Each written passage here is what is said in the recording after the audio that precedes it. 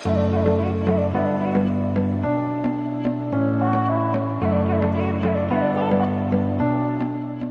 Guys, welcome back to my channel get life and more. तो आज मैं फिर से हाजिर हूँ आपके सामने और एक वीडियो लेके। तो इस वीडियो में मैं आपको बताने जा रहा हूँ मेरा NPCIL का जो इंटरव्यू था, मतलब nuclear power corporation of India scientific officer post के लिए। तो उसमें जो पार्ट 2 है, मतलब पार्ट 2 के क्वेश्चंस वो मैं आपको बताने जा रहा हूँ। तो पिछले वीडियो में मैंने आपको बताया था कि क्या क्या क्वेश्चंस मुझसे पूछे गए थे, तो उसी पार्ट को मैं इस वीडियो में कंटिन्यू कर रहा हूँ। तो अगर आपने पिछला वाला वीडियो नहीं देखा होगा तो यहाँ पे लिंक दिया हुआ है डिस्क्रिप्शन में, मैंने लिंक डाल दिया है, तो वो आप देख सकते हैं उस लिंक पे जाके। तो आज कंटिन्यू करते हैं कि और क्या क्या क्वेश्चंस मुझसे पूछे गए थे। So the question that was asked to me next was they give me an AC circuit. एक AC सर्किट दे दिया था, 10 वोल्ट का एक सोर्स, एक 10 ओम्स का resistor in series with a tank circuit consisting of XL equal to XC equal to 5 ohms. मतलब inductor और कैपेसिटर पैरेलल में ये एक combination in series with a resistor और एक वोल्टेज सोर्स 10 वोल्ट का AC सोर्स, और this combination in series with resistance. Then what will be the current coming out of the source in steady state, ये पूछा मुझसे। तो when XL equal to XC in case of a parallel tank circuit क्या होगा कि this combination will act as an open circuit. तो क्या होगा, ओपन सर्किट के हिसाब से एक्ट करेगा और the current out of the source will be 0। तो ये आंसर मैंने उनको दिया। तो ये सुन के उन्होंने पूछा कि क्यों, मतलब why the current will be 0 in steady state. Okay, so I told them that this combination acts as an open circuit. So then they asked why it acts as open circuit. तो ये मैंने phasor diagram draw करके उनको समझाया कि जो current यहाँ पे होगा, मतलब इंडक्टिव करंट और capacitive current they will directly cancel each other. तो ऐसे करके ये हो रहा है।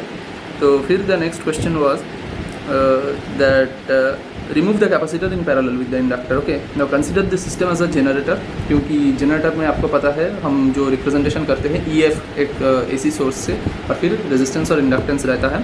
So then they said that if there is a fault at the terminals of the generator, then what will be the current behavior? And I said that there will be a DC offset component or a AC component होगा। Then they asked what is the source of this DC component, and I answered that it's a transient response due to switching, मतलब वो decay कर जाएगा with time. Okay, so then they started asking about my internship जो मैंने Tata steel में किया था, तो उसके बारे में वो लोग पूछे। So and I said that I explain in detail कि मैंने वहाँ पे गैस एनालाइज़र पे काम किया था, और गैस एनालाइज़र का क्या रोल होता है इंडस्ट्री में और क्या काम मैंने किया था वही बताया। तो then they asked me about the stipend that I got and some few details about the internship. Okay, so then I noticed one of the members asked that if you are offered a post in NPCIL, would you like to work in the plant और maintenance and operation? Okay, so in the plant the work is round the clock, while in maintenance it is shift duty. Okay, so they asked me. So now I understood that they are a bit impressed. So they are asking about this. So then I answered that I would like to work in the plant. Okay, because they said that the work is round the clock, and I knew that they are looking for a candidate who is very interested in working. तो मैंने कहा कि हाँ, मैं plant में काम करना चाहूँगा। तो then they asked from analog electronics. तो मैंने ये सब्जेक्ट नहीं बोला था एक्चुअली मेरे फेवरेट सब्जेक्ट में, बट इतने सारे क्वेश्चन पूछने के बाद भी उन्होंने सोचा कि इससे बाहर जो सब्जेक्ट है उससे भी क्वेश्चन पूछा जाए। तो what they did is they added 2 more members into the panel. मतलब 6 मेंबर का पैनल था, वो 8 मेंबर का पैनल हो गया, और एनालॉग इलेक्ट्रॉनिक्स से वो लोग पूछने लग गए। Okay, so they asked what's the topics have you studied in analog electronics. So I told them that BJT, MOSFET, biasing circuits, and so they asked me basic difference between BJT and MOSFET. So I said that BJT is a current controlled current source and MOSFET is a voltage controlled current source. Okay, तो MOSFET में जो gate source voltage होता है वो हम very करके उसका current control कर सकते हैं। Okay, if you want to use BJT as a switch, which regions will you prefer? तो मैंने कहा कि कट ऑफ एंड सेचुरेशन, क्योंकि ये रीजन्स में BJT is used as a switch. Okay, so then they asked draw the states of a BJT in common emitter configuration. तो मैंने थोड़ा सोचा और फिर मैंने ड्रॉ किया। In high frequency and low frequency regions which device would you prefer, BJT और MOSFET? तो in high frequency we use MOSFET and in low frequency we use BJT। तो मैंने ये बता दिया। और फिर they asked what is the hard switching and soft switching of a thyristor. Okay, तो मुझे सॉफ्ट स्विचिंग के बारे में पता था। तो सॉफ्ट स्विचिंग क्या है, जो सॉफ्टवेयर यूज़ करके हम लोग थायरिस्टर का जो फायरिंग एंगल है वो कंट्रोल करते हैं, उसे कहते हैं सॉफ्ट स्विचिंग। और हार्ड स्विचिंग का मुझे उतना आइडिया नहीं था तो मैं नहीं बता पाया। Then they asked me previously by looking at a transformer how do you understand that it is charged. Okay, मतलब उसको चार्ज किया गया है। By looking at the transformer how will you understand. Okay, तो ये मैं आंसर तब नहीं कर पाया था क्योंकि उतना मुझे प्रैक्टिकल आइडिया नहीं था इसके बारे में। फिर the last question was they drew an ideal transformer with 2:1 turns ratio. Okay, and 100 volt 50 hertz source is applied to the primary, so secondary voltage क्या होगा उन्होंने पूछा। वो आइडियल ट्रांसफार्मर था, तो 2:1 टर्न्स रेशियो है, तो मैंने कहा कि 50 volt will be the secondary voltage.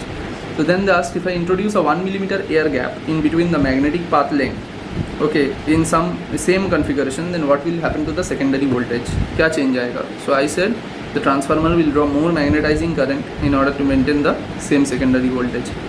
Okay, so the next question was, तो ये भी मैं आपको थोड़ा समझा देता हूँ कि क्यों ज़्यादा मैग्नेटाइजिंग करंट लगेगा। क्योंकि जब आप 1 मिलीमीटर एयर गैप इंट्रोड्यूस कर रहे हैं मैग्नेटिक पाथ लेंथ में, तो एयर का reluctance is higher than that of the magnetic material. तो क्या होगा अगर रिलक्टेंस बढ़ जाता है एक सर्किट में, हमको पता है कि flux is equal to MMF by reluctance. So if reluctance increases, okay, then you have to draw more magnetizing current that is from the source, that is the MMF has to increase in order to maintain the same flux. So the transformer will draw more magnetizing current in order to maintain the same secondary voltage. So then they asked कि where is this kind of configuration used, मतलब ये air gap वाला magnetic path length में ये कहाँ use होता है। तो मैंने कहा कि it is used for generating a magnetic force in the air gap, क्योंकि एयर गैप से फ्लक्स पास करेगा। So maybe hoisting, I was not quite sure about it, so I said magnetic hoisting, मतलब magnetic force से कुछ magnetic material को lift करने के लिए। So they said that you are very close to the answer and then they give me a hint about inductance. Okay, तो मैंने कहा कि वो जो एयर गैप होता है उसमें मैग्नेटिक एनर्जी स्टोर करने के लिए यूज़ होता है। Okay, so I was not quite sure about the answer but this is what I said. And तो ये थे अप्रॉक्सीमेटली जितने क्वेश्चंस NPCIL में मुझसे पूछे गए थे।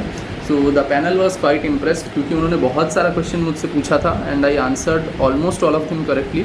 सो I was also very happy with the interview and this is how my interview went. तो इसके बाद we just greeted each other and I came out of the interview room. So after few months the result of NPCIL was declared and I was selected as a scientific officer in NPCIL। तो thank you for watching the video. तो I hope ये interview आपके लिए बहुत informative रहा होगा। मैंने कोशिश किया कि जितना सारा क्वेश्चन मुझे पूछा गया था वो आपको मैं बता सकूं ताकि आपका हेल्प हो जाए। तो जितने भी लोग ये वीडियो को देख रहे हैं, I would just request you to please subscribe the channel and share it with your friends. और प्लीज़ कमेंट सेक्शन में आपका फीडबैक देते रहिए कि इसके बाद आपको कैसा वीडियोज़ चाहिए and I will bring my content accordingly. Thank you, keep watching and let's meet in another video.